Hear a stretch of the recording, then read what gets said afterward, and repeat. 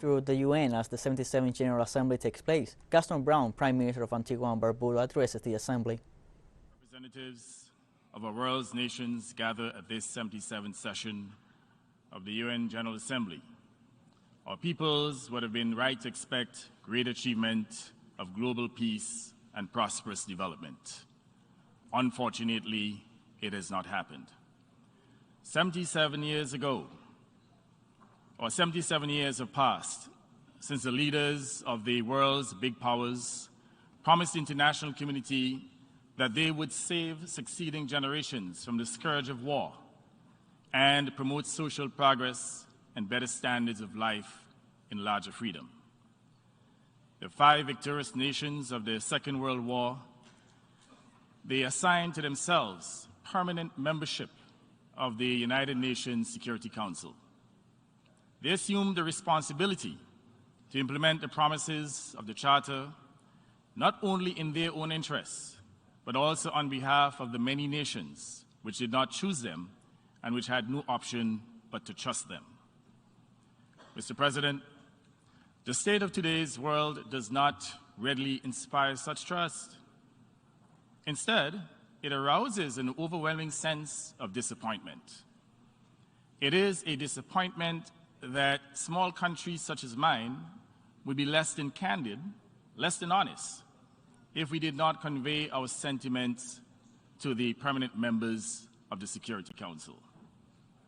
We are obliged to ask, what happened to the commitments which were chiseled into the UN Charter as binding obligations and all, but particularly those in the Security Council who took to themselves the task of guardianship of peace and development? Lest we have forgotten, let my small nation remind all here gathered of those commitments, for they are commitments we took seriously and expected to be fulfilled.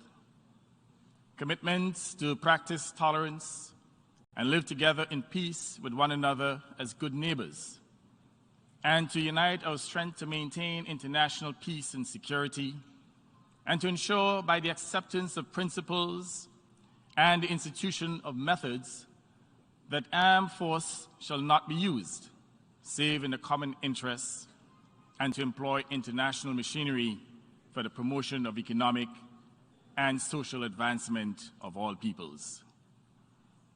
Mr. President, our world is now gripped in a fearful atmosphere of economic and financial instability and the worry of expanded warfare.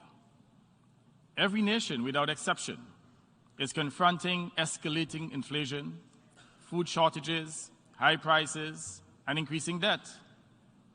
But the worst effects are being suffered by the poor and powerless, the small and exposed.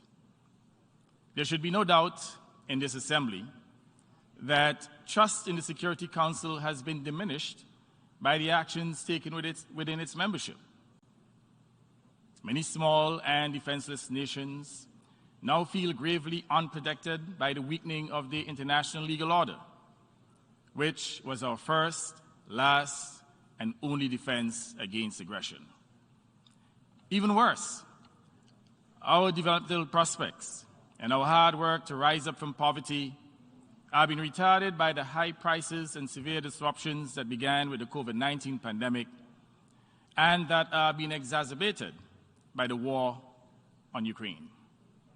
Therefore, Mr. President, we call on the permanent members of the Security Council to recommit themselves to the role which they assumed and pledged to safeguard. Peace must be restored for the world's sake and should be restored soon. It is the permanent members of the Security Council, all of them, which have that primary obligation. To abandon that obligation in the pursuit of selfish desires legitimizes the call for reform and an expansion of the Security Council. Concerted action by the Security Council is necessary to prevent major human rights violations, to stop ongoing breaches, and address global conflicts. If this fails to happen with the urgency that is required, it may call for the General Assembly to initiate its own global actions and to authorize their implementation. I do not anticipate that this call for action by the General Assembly would be welcomed by the permanent members of the Security Council, and that is fine. However, each of them must understand the deep concern of other nations when the Council is dysfunctional on issues whose effects are global. Peace in the world is not a commodity to be traded. It is a right to be protected in the interest of all. This observation is also strongly pertinent to the issue of climate change, which poses an existential threat to small island states and countries with low-lying coastlines. We'll all recall that last December, due to a veto by one of the 5 permanent members, the Security Council had to reject a draft resolution framing the problem of climate change as a threat to international peace and security. That was extremely unfortunate. That draft resolution was co-sponsored by 113 member states, representing the second highest number of countries to support a draft resolution in the history of the Security Council. Yet, it was vetoed. Mr. President, is it fair that the evidence-based resolution, which emanated from the concerns and anxieties of so large a host of nations, should be vetoed by a single country? Climate change remains the single greatest common threat to all mankind. And more so for small island developing state SIDS, which lack the financial resources to adapt to the mortal shocks and to rebuild in the aftermath. SIDS have a legitimate and urgent concern. For although collectively we contribute the least to CO2 emissions, a mere 0.2%, we are the greatest victims, not only because of unattended loss and damage to our lives and livelihoods, but also because the very existence of our countries is fatally endangered. Mr. President, the global effects of global warming are universal. They reach every country. But it is vital that we all understand that inasmuch as global warming is universal, its damaging effects are not the same. The burden falls mostly on the poor in small developing nations such as mine. And that is why, as the representative of the people of Antigua and Barbuda, I must stand up for their rights, including the right to livelihoods and to life. My voice cannot be stilled while danger gathers in the skies above my small and vulnerable country. I have no choice but to fight unrelentingly for climate justice. And that's precisely what I shall do. Distinguished colleagues, many are beginning to lose faith in the Security Council. We must not be forced to lose faith also in the collective authority of this UN General Assembly. And that is why my government urges this Assembly to act on behalf of the smallest and most powerless among us, and in the interests of global justice. Distinguished colleagues, an opportunity looms for action. It is a resolution being sought by Vanuatu from this Assembly in the coming months to request the International Court of Justice to give an advisory opinion that will clarify the legal obligations of states to protect human rights and environments from climate change. If our nations indeed gravely concerned about the ravages of climate change, which has spared no country, they will support Vanuatu's request. Not to support Vanuatu's resolution would be a vote to circumvent a decision on the legal obligations of each nation. Not to support Vanuatu's resolution would be a vote to prolong this period of abuse, thereby imperiling human civilization. I also draw attention to an initiative taken by my own country, Antigua and Barbuda, in solidarity with Tuvalu and Palau. We are 3 small island states which have been buffeted and battered by the effects of climate change. On the eve of COP26 in Glasgow last year, we launched the Commission of Small Island States on Climate Change and International Law, COSIS. The Commission's purpose is to develop and implement fair and just global environmental norms and practices.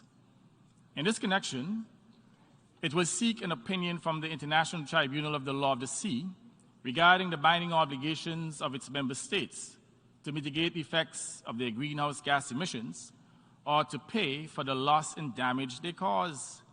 The polluter must pay. This effort is separate but complementary to the Vanuatu initiative. Mr. President, our small countries have talked ourselves hoarse since the 1980s, pointing to the parlous circumstances into which our people and our countries have been plunged, but with little avail. Mr. President, billions were pledged in climate finance and not delivered. Promises were repeated year after year, each with a zealousness that on the evidence was meant to placate and divert, but clearly not to perform and to deliver commensurate with the loss suffered and the damage caused.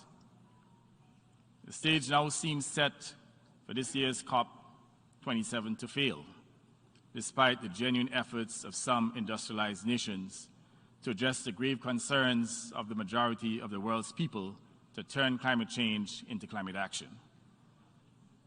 Mr. President, the group of 20 countries meeting on August 31st failed to produce a joint statement on climate change, sending an ominous signal that yet again the meeting of the COP in November will be long in words but very short in deeds.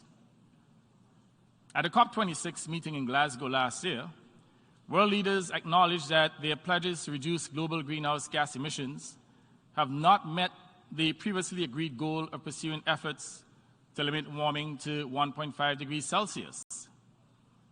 They vowed to do better. It appears now that they will not.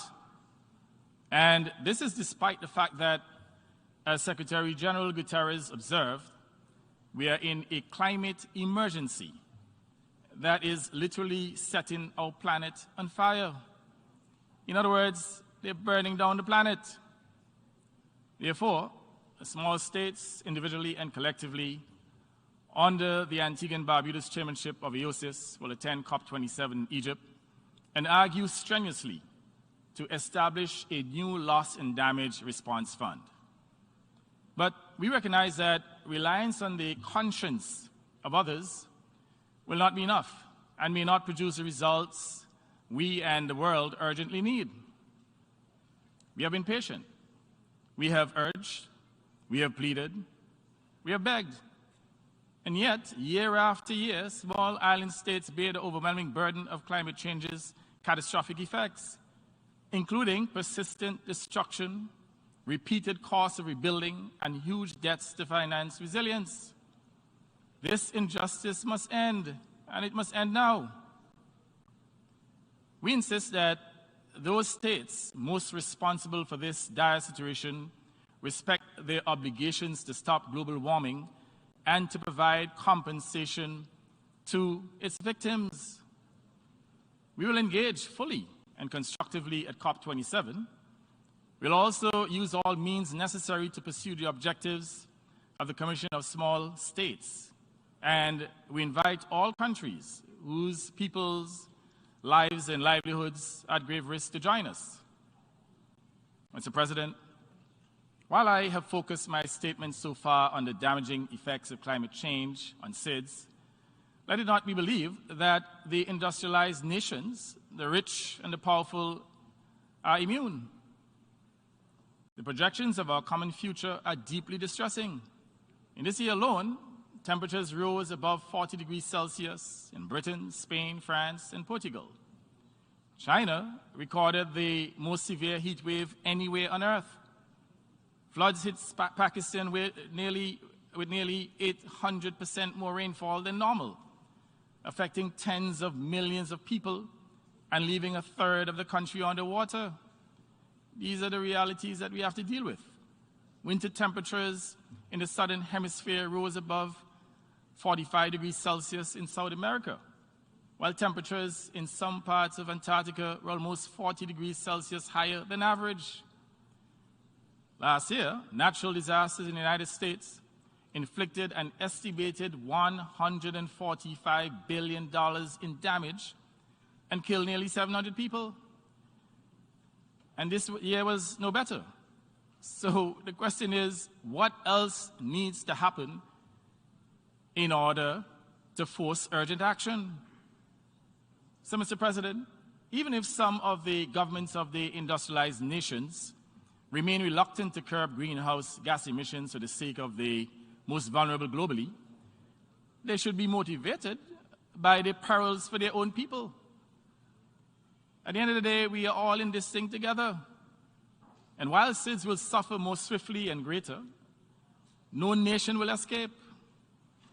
A global, all-of-society response is required to effectively combat climate change.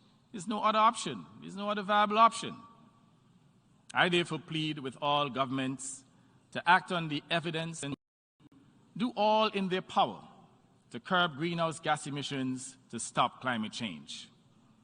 Mr. President, I turn now to other international conditions which have unfairly delayed economic development and social progress of SIDS.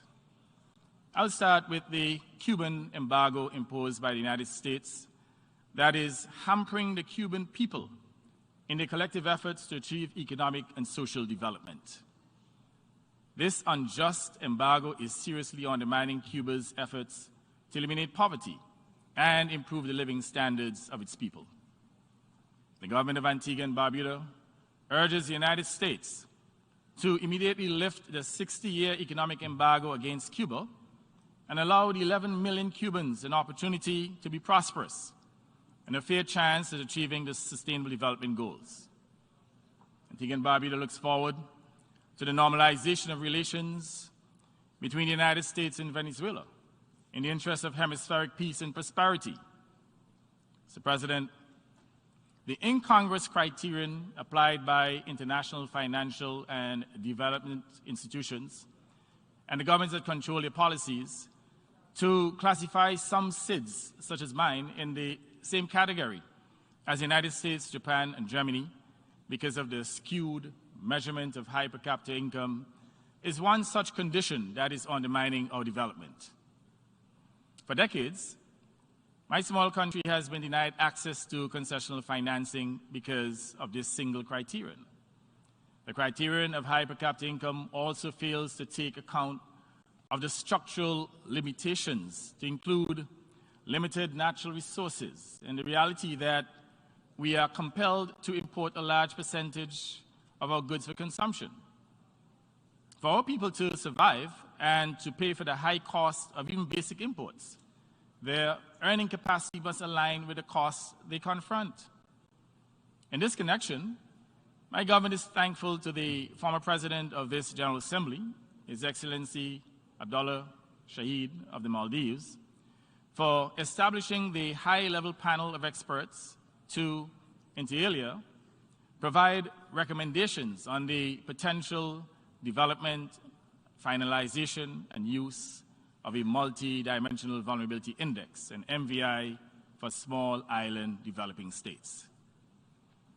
We also thank Secretary General Guterres for the proactive stance that he has taken on the MVI in finding lasting solutions to the barriers that prevents access to concessional financing to SIDS. I was honored on behalf of the people of Antigua and Barbuda to be appointed as a co-chair of the expert panel, along with the former Prime Minister of Norway, Her Excellency Ms. Erna Solberg. It is our intention that the reports and recommendations of the panel will be factual and evidence-based, and it will open the way for indicators that better reflect the vulnerabilities and challenges faced by small island developing states. For too long, the persistent use of per capita income as the primary criterion for determining access to concessional or grant resources has denied small and vulnerable countries such as mine access to concessional financing and tailored debt relief measures.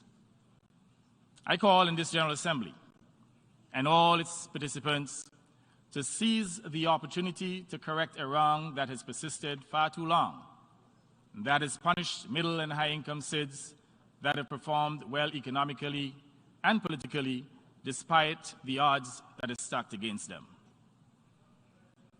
It is time to stop penalizing SIDS for good performance.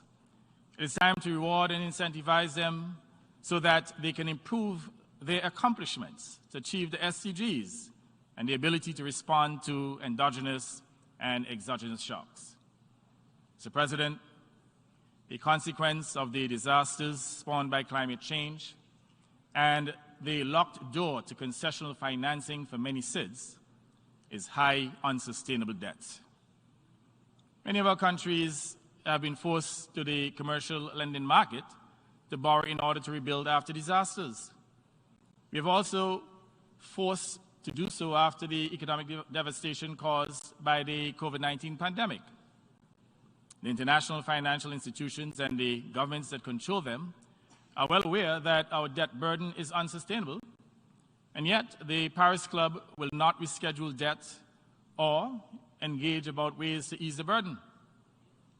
Our options are more debt and more onerous interest rates from the commercial lending market, or to surrender literally burdensome taxing conditions on our people. Now, Mr. President, it is no choice at all. One is as difficult as the other, and each consigns our small nations to struggle.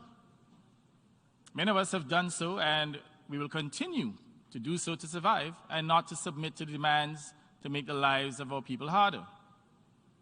Mr. President, the international community bears responsibility for these blights upon our small countries which we did not create. The time is upon us to change the direction in how the international community responds to SIDS. In 2024, Antigua and Barbuda will host the 4th UN International Conference for SIDS, a conference that must deliver for all small island developing states. A conference unlike any other. We can't do this alone. We need each and every member state, starting now, to begin the process of recommitting to SIDS and offer lasting solutions to our needs. Mr. President, Excellencies, we did not start wars. We created no pandemic. We did not cause climate change. Is it not right for the rich nations of the world to contribute to alleviating the problems that have been trusted upon small developing states? Mr. President, the theme of this General Assembly is a watershed moment, transformative solutions to interlocking challenges. This Assembly is indeed meeting at a watershed moment. The world is dominated now not by a conflict in the developing world, but very much in the developed world, and in an expression of the underlying suspicions that have continued to exist between the nations of the East and the West. The effects of the conflict exposed by the war in Ukraine have reached every nation. Therefore, we have a legitimate interest in it and a right to call on all the parties, Russia on the one hand, and NATO and the European Union countries on the other, to employ their diplomatic resources and skills to end this globally debilitating war. Interlocked with the severe challenges of the conflict, climate change, the lingering economic effects of COVID-19, growing economic inequality between nations, high debt burdens without relief, and persistent poverty. These interconnected challenges demand meaningful international cooperation, not just words, but deeds. At this watershed moment, I plead with this Assembly, please let us turn words into collective action. I thank you, Mr. President. We were watching live the statements of the Prime Minister of Antigua and Barbuda, Gaston Browne. The Prime Minister called for the international community to follow the values enshrined in the UN Charter. Dr. Browne also criticized the veto power of Security Council nations, recalling a key draft to recognize climate change as a threat for humanity supported by the vast majority of UN members, but did not come to pass just because one nation vetoed it. The head of state said he will continue to fight for climate and global justice, adding that island nations suffer the most from climate change even though they contribute the less in pollution. Gaston Browne also denounced the 60-year U.S. blockade imposed against Cuba and urged the U.S. government to end it. Stay tuned with teleSUR. We will provide more updates in upcoming news briefs.